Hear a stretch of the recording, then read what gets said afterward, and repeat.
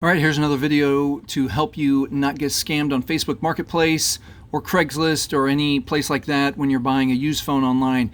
Check this message out from one of you all, Jason. So I had this S22 Plus I got on Facebook Marketplace, and it says, this device belongs to your organization. How can I remove that message or properly install another firmware?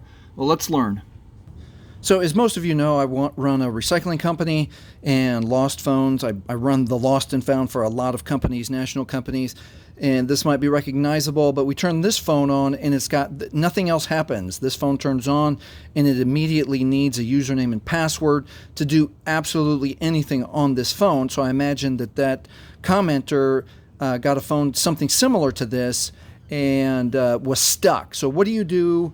Well, most importantly, we can't do anything. This is a brick, and we've got to return it. So if anyone works here and wants to reach out to me to return your device, I'm happy to do that. So let's learn. All right, the most important thing, the number one thing you can do, even before you go meet this person to buy a used phone, is to check that IMEI number. I always talk about how great Sickw.com is. I've used them for 7 years. I'm not sponsored by them or anything. So we get the IMEI number off the phone. We go in here. Sickw is not free for every checker. We got to pay 7 cents on this one. But let's see what happens if we do Blacklist Pro.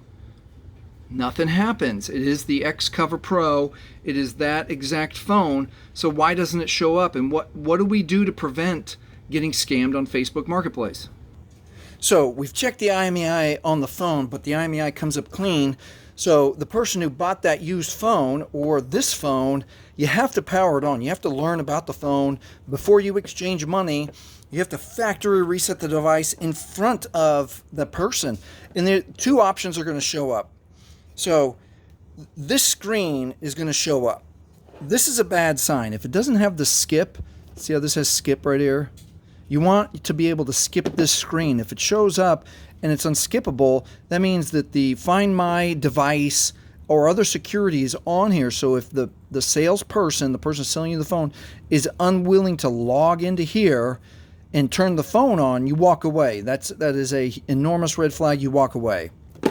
On the other hand, if the IMEI is clean and you can get to this screen, that's a very, very good sign.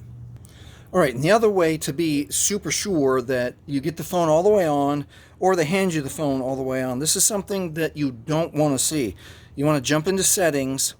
Okay, you want to, inside settings, touch Google, and if their picture, name, email is all here, this is a bad sign. They have to take this off. So anything that's weird or suspicious, you just walk away. So let's recap. Check the app before you go meet for the device. Go ask them for a photo of the device's IMEI number, and then check on Sickw.com. If you don't want to pay for a service, just Google. There's a ton of free IMEI checkers.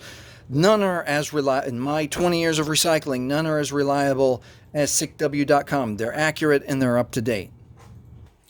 You want to learn about the device that you're buying. So if you have the S22, you want to learn how to factory reset it. You reset it in front of the person before you exchange money. If this screen comes up, walk away. If this screen comes up, you're good to go. And that should do it. That should help you be safe when buying a used Samsung phone on Craigslist or Facebook Marketplace. Hey, if this has helped you, please like, please subscribe. Thanks for watching.